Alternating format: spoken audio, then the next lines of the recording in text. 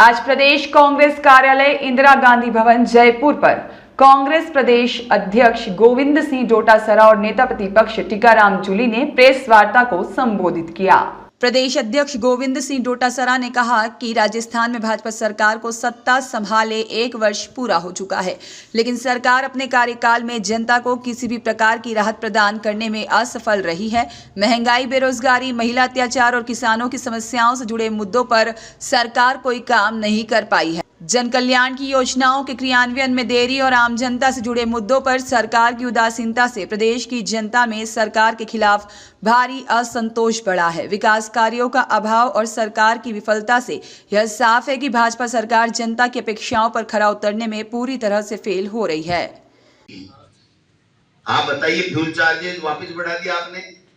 नए कृषि और जो घरेलू उपभोक्ता हैं उनको आप वो छूट नहीं दे रहे हो जो हमारी सरकार के समय दी गई थी। तो आपने नई चीज क्या कर दी? ईआरसीपी देश के प्रधानमंत्री जी के स्वयं श्रीमुख से बोली हुई बात है कि हम इसको राष्ट्रीय परियोजना घोषित करेंगे। केवल नामकरण चेंज किया। जो हमारे समय में 10,000 करोड़ की वित्तीय स्वीकृति थी, टेंडर हो गए थे, वर्क ऑर्डर हो गए थे, उनका बजट में दोबारा नाम डाला। 80% जो डैम बन गए उनका प्रधानमंत्री जी से शिलान्यास करवाया। भारतीय जनता पार्टी से मैं पूछना चाहता हूं आपके माध्यम से, आप ये बताएं कि इस ईआरसीपी का जो शिलान्यास किया है प्रधानमंत्री जी ने अपने केंद्रीय बजट में कितना पैसा स्वीकृत किया, कितना बजट अलॉट किया और कल कितने बजट की आपके यहां घोषणा करके गए? 1 रुपया नहीं। यमुना जल के लिए पोस्टर लगवाए मुख्यमंत्री जी ने, धन्यवाद धन्यवाद धन्यवाद। क्या खुद की पूरी खूबी थपथपा रहे थे, जनता तो आ नहीं रही थी। पोस्टरों के पैसे लगते नहीं, मुख्यमंत्री के सरकारी लगते हैं, इसलिए पोस्टर लग गए। आ गया यमुना जल का पानी। 4 महीने में विधानसभा में कहा था डीपीआर बना करके पाइप खोदना चालू कर देंगे। हरियाणा के मुख्यमंत्री के साथ बैठक कर ली थी। कहां है मुख्यमंत्री जी वो डीपीआर? और अब तो हद ही हो गई जब देश के प्रधानमंत्री जी ने कह दिया कि जमुना का पानी चोरू में, हनुमानगढ़ में, नर्मदा का, प्रधानमंत्री जी जमुना का पानी बाड़मेर में पीने के लिए मिल रहा है, पाली में मिल रहा है, लेकिन हनुमानगढ़ में, चूरू में वो पानी जा ही नहीं सकता। और वो कह रहे हैं पानी पी रहे लोग। जो 8,500 करोड़ की वित्तीय स्वीकृति, वित्तीय प्रबंधन करते हुए हमने जारी कर दी थी, हमारे सरकार के समय 2022 में कंप्लीट बात हो गई थी, उसको आप दोबारा बजट में डाल करके आप वाई लूटना चाहते हो कि शेखावाटी को हम पानी पिला रहे हैं। तो ये झूठ कितने दिन तक चलेगा? देश के प्रधानमंत्री ने कहा था कि पेट्रोल का भाव हरियाणा के बराबर दिसंबर में सरकार बनते ही कर देंगे। मैं पूछना चाहता हूं देश के प्रधानमंत्री जी से और मुख्यमंत्री जी से, आपके तो दौरे भी खूब होते हैं मुख्यमंत्री जी, दिल्ली के हर 3 दिन से, ये डेली अप डाउन का एक कोई हेलीकॉप्टर ले लो जो डेली अप डाउन करता रहे सुबह से शाम, क्योंकि हर चीज की पर्ची वहीं से लानी पड़ती है, खुद से तो कर नहीं सकते हैं। सुना आज भी गए में है।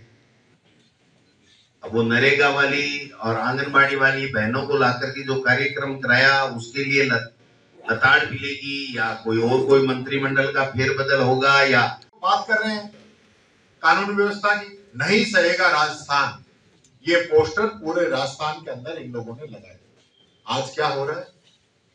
आज भरतपुर मुख्यमंत्री जी का, गृह राज्य मंत्री जी का, दोनों का जिला है जिनकी जिम्मेदारी है कानून व्यवस्था की। क्राइम में नंबर 1 है, नंबर 1 पूरे राजस्थान में मुख्यमंत्री और गृह राज्य मंत्री का जिला। गृह मंत्री भी खुद मुख्यमंत्री है। ये हालत इन लोगों की। 10% क्राइम बढ़ गए, 23% महिलाओं पे, बच्चियों पे अत्याचार बढ़ गए, एट्रोसिटीज के मामले पूरे प्रदेश के अंदर बढ़ गए और जो अनुसंधान है वो दर वापस घट के आ गई। अब मामले पेंडिंग पड़े, पुलिस जांच नहीं कर सकती। और आप देख लीजिए पिछले अगर हफ्ते की बात करें कितने हादसे हो गए। मुख्यमंत्री की सुरक्षा में उपराष्ट्रपति की सुरक्षा में चूक, और खुद परिवहन मंत्री जो डिप्टी सीएम भी हैं, परिवहन मंत्री के काफिले के अंदर एक ओवरलोड ट्रक घुसाता है, आप अंदाजा लगा सकते हो। मुख्यमंत्री काफिले के अंदर आ जाते हैं, विधानसभा अध्यक्ष के काफिले के अंदर लोग आ रहे हैं, रील बना रहे हैं। आपका इकबाल खत्म हो गए, क्योंकि आप लोगों ने तानाशाही की। आज पूरे प्रदेश के अंदर आपका मंत्री अधिकारियों के चैम्बर में जाके बैठ जाता है काम के लिए। उनको ये स्थिति होगी कि मंत्री, कैबिनेट मंत्री जो कि सरकार का हिस्सा है, सरकार है, जहां अधिकारियों को जाना चाहिए वहां तो आपका कैबिनेट मंत्री जा रहा है। आपके कैबिनेट मंत्रियों मुकदमे दर्ज हो रहे हैं, हम लोगों पे मुकदमे दर्ज करो। दो तो हम बैठे हैं आपके सामने, हमने सिर्फ किसानों को बिजली नहीं मिल रही ये डिमांड करने गए थे कोटा के अंदर, हम पे मुकदमा आपने दर्ज कर दी। और मेरे को लगता है कोई 20-25 एमएलए, मंत्री, पूर्व मंत्रियों पे इस सरकार ने मुकदमे दर्ज किए, जो कि रंजिशवश। कल हमने प्रदर्शन किया, आप ये देखिए, चले नहीं उससे पहले तो पानी आपने, गंदा पानी हम लोगों पे डाल दिया, लाठियां चार्ज करने की तैयारी आप लोगों ने कर ली। जबकि अध्यक्ष जी ने कहा कि हम उस पार्टी के लोग हैं जो पार्टी कानून की और संविधान की हमेशा पूजा करती आई है, हमेशा ध्यान रखती आई है, हमेशा पालना करती आई है।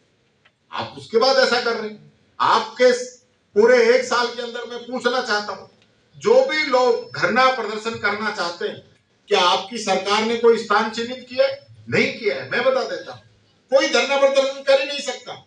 कोई एनजीओ के लोग, कोई व्यापारी, कोई बच्चे, कोई भी आ जाए, किसी को अनुमति नहीं है।